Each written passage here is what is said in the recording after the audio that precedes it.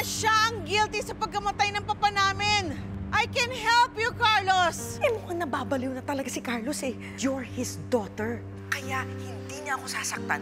Oras na makasama kita. Please, pumunta ka na dito. Ayoko mamatay. Save me! Nag-break kami ni Doc Denise. Na-realize ko na nung nawala siya sa akin, na mahal ko pala siya. Tama po yan, Tito Michael. Ipaglaban mo po si Doc Denise. Tama ka dyan. Paglalaban ko si Denise hanggang huli. Kahit na daw unconscious tayo, naririnig natin ang mga tao sa paligid natin. At sana pumayag ka rin na maging buo ang pamilya natin. Malalaban ka ba? Sige! Kung talaga masaktan, baka matuluyan, ha? Sige! Pagbibigyan kita!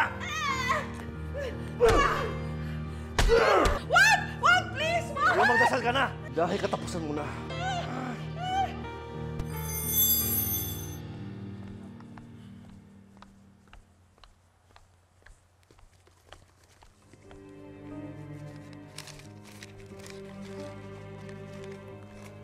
Oh my gosh.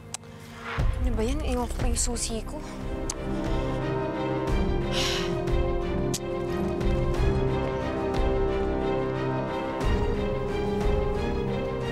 Please run the tests and report back to me. Thank you. Uy, ano? Nga yung signal, no? Kanina pa nga ako naghahanap din dun sa labas. Wala, di ako makatawag. Kaya nga eh. Gusto ko pa naman kamustahin sana si nanay.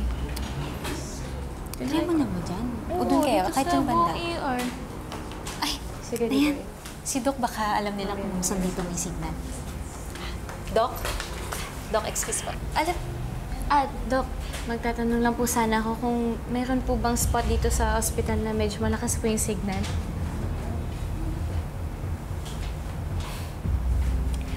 Sa Apex ba nakakagamit ng cellphone ang mga doktor na naka-duty sa ER? Sorry po, Doc. Nasa ICU po kasi yung nanay ko eh, kaya kakamusahin ko lang po sana. Sorry po. I see. Pasensya na. Kulang kasi ng doktor dito sa San Legado. Kaya kami, nakakapag-cellphone lang kami after ng duty. Pasensya na. thank you po. Salamat po, sorry.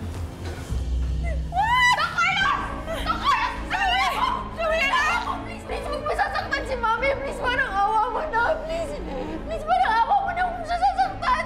Please, pabayaan mo na siya. Pabayaan? Ano bang ginawa ng mami mo? Ako ang tinurong mastermind sa nangyari sa lolo mo. Pero kasi hindi mo alam yung nangyari sa kanya sa loob ng kulungan.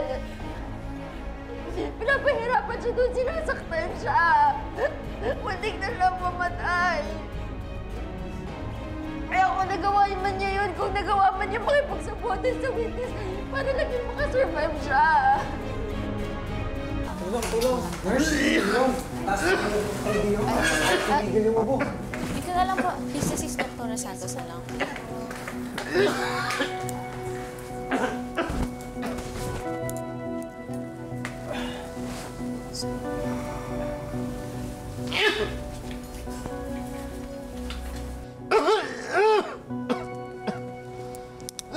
Start 025 LPM, tapos start IV line, play ng SS 1 liter at 100 cc per hour.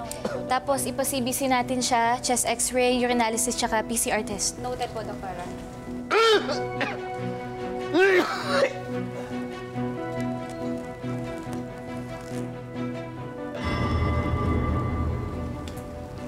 Sir, kailan pa po siya umuubo ng dugo?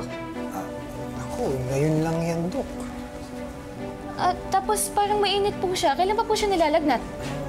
Kahapon pa po. Uminom na po ba siya ng kahit anong gamot?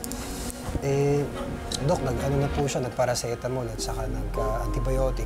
Pero hindi po tumalab eh. Antibiotic. So, nagpa-check up na po siya. Prescribe po yun ng doktor niya? Hindi po, Dok. Talaga pong ganyan yan. Pag nagkakasakit po, nakasanayan na po.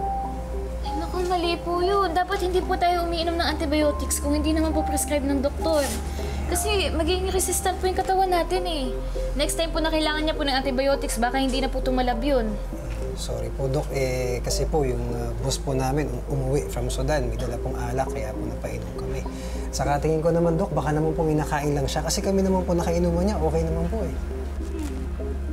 Hindi kaya meron siyang lung infection, kaya nagsusuka rin siya ng dugo. Tuberculosis? Oh, wala po siyang TB kasi nagpa-medical po kami. Clear po ang baga niya. Pwede rin namang pneumonia. Eh, kailangan natin siya ipa-blood test para makita kung meron nga siyang lung infection.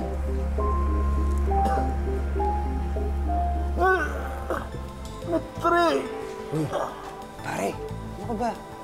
Ano tawagin yung asawa mo? Tagal ng patay yun.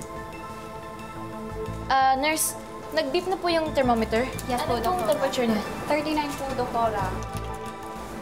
Nilalagnat siya, tsaka nagdideliryo na siya.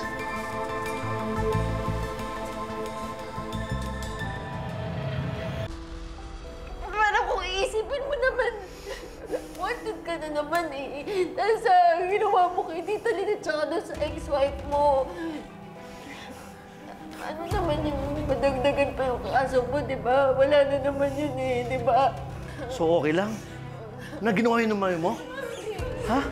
Hindi naman sa ganoon. Pero nagawa lang yun ni Mami para sa akin. Para may makasama ako. Look, you're my father, pero hindi naman kita makasama kasi hinahanap ka ng mga pulis. Gusto mo ba talaga si Mami mawala na dun sa akin? Gusto mo ba mag-isa na lang ako?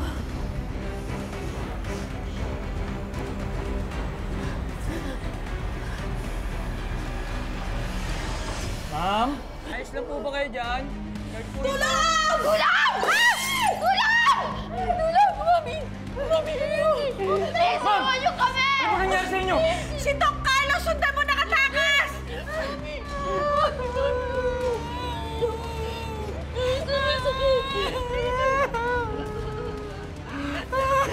Wala na siya. Okay na tayo. Okay na tayo.